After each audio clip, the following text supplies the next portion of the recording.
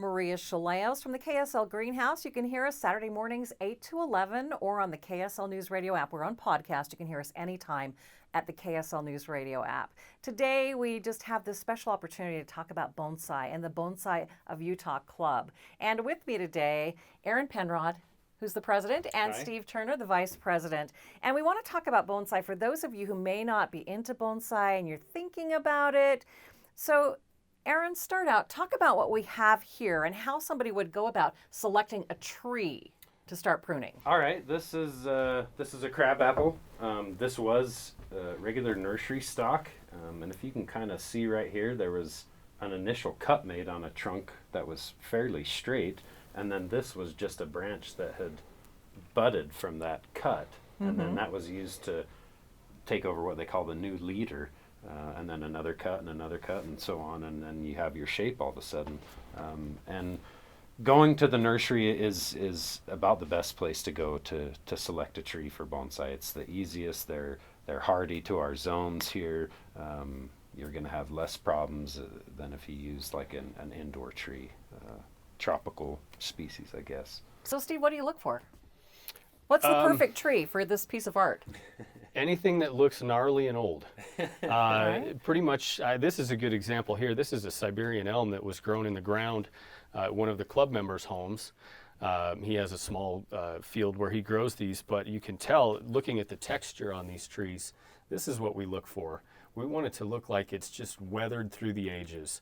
The way that the trunk meets the ground, or what we call the nabari. This isn't a great example of it, but this juniper up here has a really good example of what we look for with what's called nabari. But age, does it look old? Does it look weathered? Does it look like it's just been through everything that a human has been through, and we can connect with that tree? That's a lot of it. Okay, what about pots? Are they going to grow out of these pots? You do, in fact, this tree this year will be upsized, and I've thought about putting it in. Sometimes they put them in a wooden box and let them recover. We do a lot of work on the trees, and some years they won't have as much done, maybe a little bit of pruning, but there are some years where you do a little more intensive work, and so if they've been in a shallow pot like this, they need to be upsized and let to rest for a few years. But you're trying to get the color to go with the foliage or maybe the flower.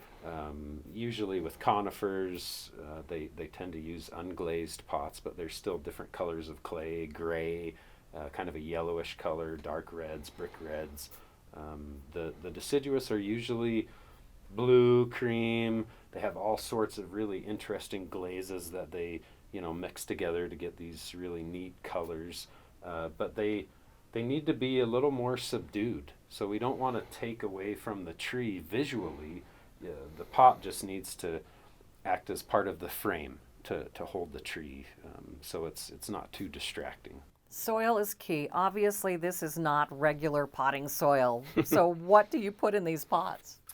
It's a mixture of lava, pumice, and a clay called akadama clay that comes out of Japan.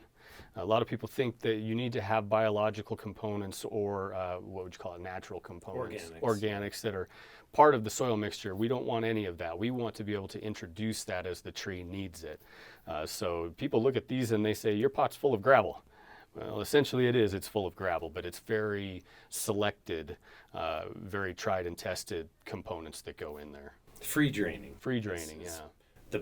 There are people that use soils with organics, but they almost always sift out the fine material, so it's more free draining. That's the biggest thing. So part of the artwork is the pruning of your tree.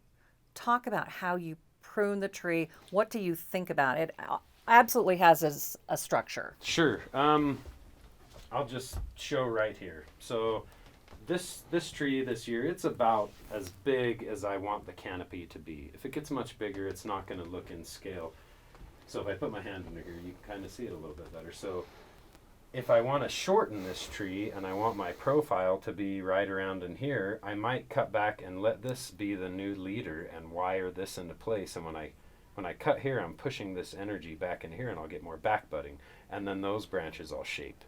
So it's it's really just cutting back the leaders and using the buds that are growing on the interior to replace them.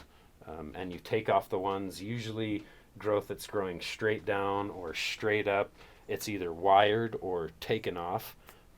It can get a lot more in depth depending on the species, and this is a flowering crabapple, so there are some of these interior branches that are just spurs. They will never really be a vegetative growth, so that's something else you need to take into consideration. But it's mostly just cutting back and letting new interior branches take over. And the ultimate goal, I don't mean to interrupt, the ultimate goal is to get this form, and there's a lot of artistry that goes into getting this triangle form to the tree.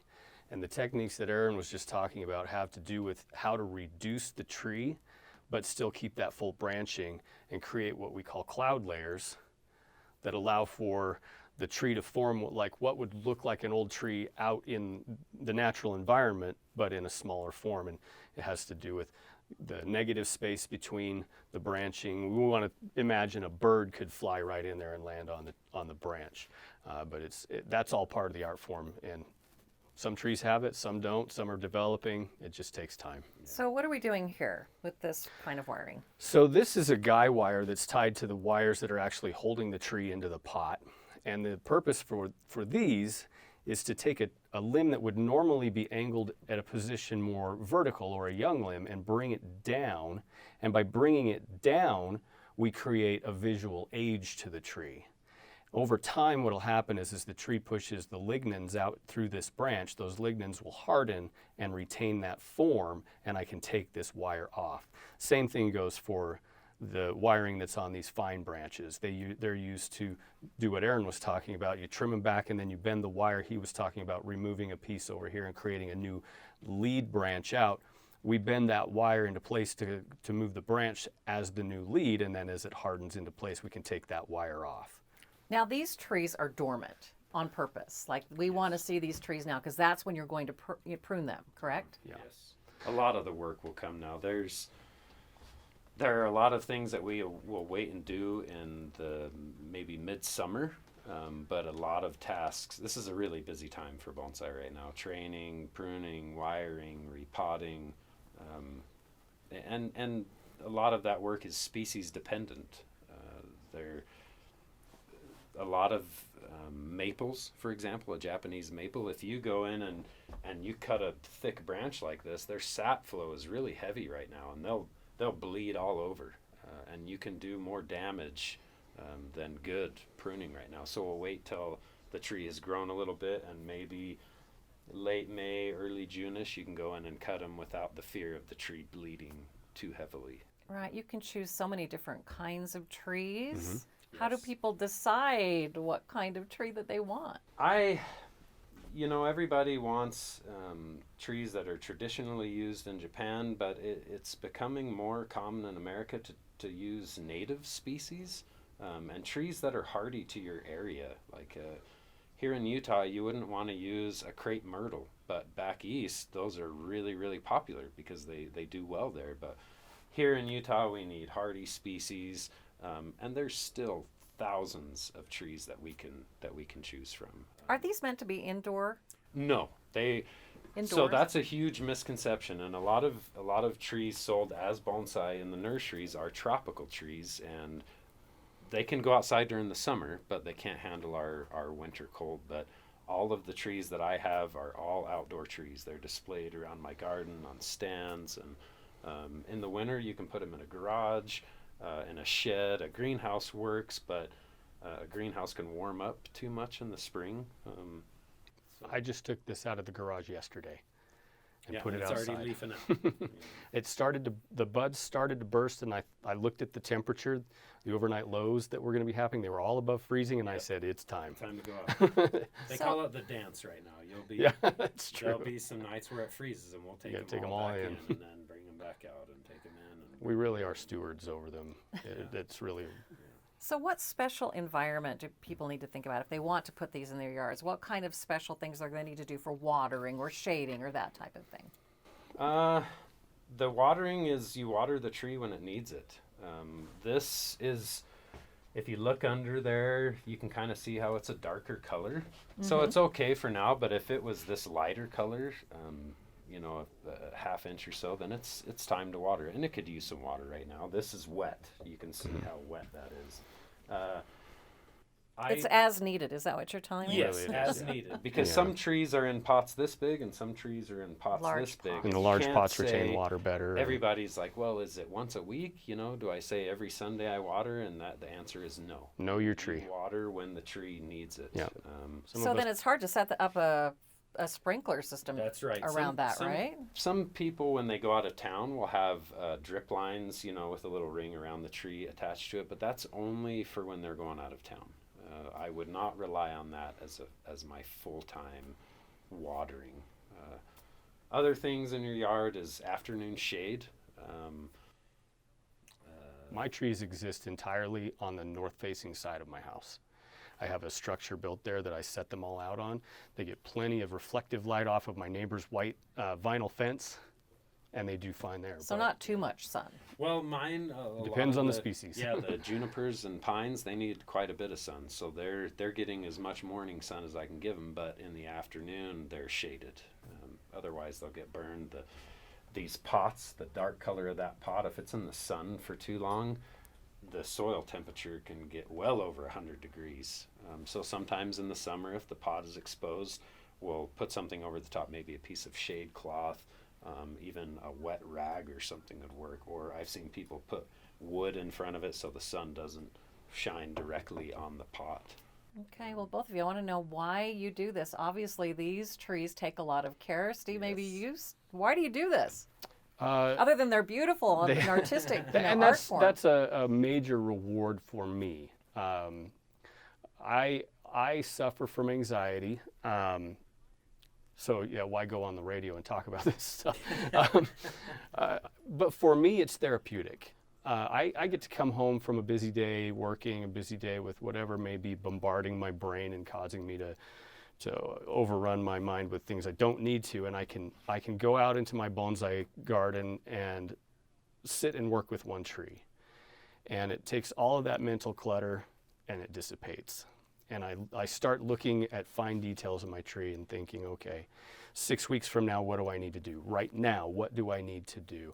And just making decisions that are just one thing at a time. So for me, it's a therapy. That's not to say that I don't get great pleasure out of other things in my life, but this is one thing that I can really center in on and take my time with and study to my heart's content.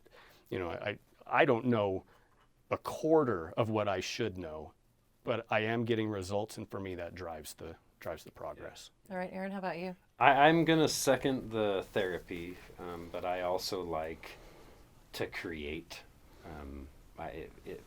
It makes me feel good to know that I made something that's that beautiful. It makes me feel good. I love to be able to go walk out into my garden in the morning and have my coffee and look at my trees, and it's a fantastic thing. Steve, what have we got over here in the front? What is this rock formation? So this is a portion of the artistic side of bonsai. It's an art form called suiseki. And what suiseki is a stone, a viewing stone, that is a representation of what you would find in nature. The history behind bonsai is that in ancient Japan, a lot of the people who lived in villages could not go out and travel. And so they would bring the trees into their homes, and they wouldn't be able to go up into the mountains. So they would find a representation of the mountains and bring it into their homes and display them there. They're highly prized. Bonsai used to be traded as currency sometimes, but the suiseki is just another aspect of bonsai. I grew up rock climbing, so I'm naturally drawn to the suiseki side of things. I actually look at these. I have one displayed on my desk at work, and I stare at it and I think of different routes that might be up there. I look at other suiseki that look like mountain ranges. There's some amazing pieces out there. There are other suiseki that take on the form of animals. I've seen some that look like an elephant. It's just a stone that was collected from the wild, displayed on a pedestal, and it looks like an elephant. And with also with bonsai, when we display our trees, traditionally you use either a suiseki or what they call an accent plant or a scroll or a combination of a few different things, but it's to try to take you to someplace. So this tree looks like a rugged tree from the mountains, so you wouldn't want a suiseki that's a more rolling hill. You want a suiseki that's a jagged cliff, and then maybe the accent plant is the type of herbaceous plants that are growing in the mountains with this species of juniper. So you're creating a scene in the mountains. Do you understand? I what do. I mean? Yeah. And then there's a whole art form that goes with how far you space each one of those away from the bonsai itself, and then what you use as a backdrop. And that's where it really starts to get technical and fun. fun. Yeah. The art form is it. That's another thing that draws me into it. I've always had a knack for art, and this is living art, and it's never the same year to year. Constantly evolving. Thank you changing. so much Thank for you. sharing this different type of gardening with our greenhouse listeners and viewers. People can figure out how to do all this stuff with you if they'd like. The Yes. Bonsai Club of Utah, how do they find out more about you? We meet every fourth Wednesday at the Sugar House Garden Center. It's just off of 2100 south of the northeast corner of Sugar House Park at 7 o'clock. And we have 2 shows a year at Red Butte Gardens, and that's always a really fun time for people who maybe want to go kind of see what the club is trying to achieve without going to a meeting. And you can contact us through our Facebook page as well, but to actually learn the art of bonsai and do well at it, the Bonsai Club is the best place in the state by far. Because you do it together. Yes, we do it together. All right. Lots of knowledge. All right. Thanks for joining us. Join us again for the Greenhouse Show and get more information Saturday mornings, 8 to 11, or on podcast, the KSL News Radio app.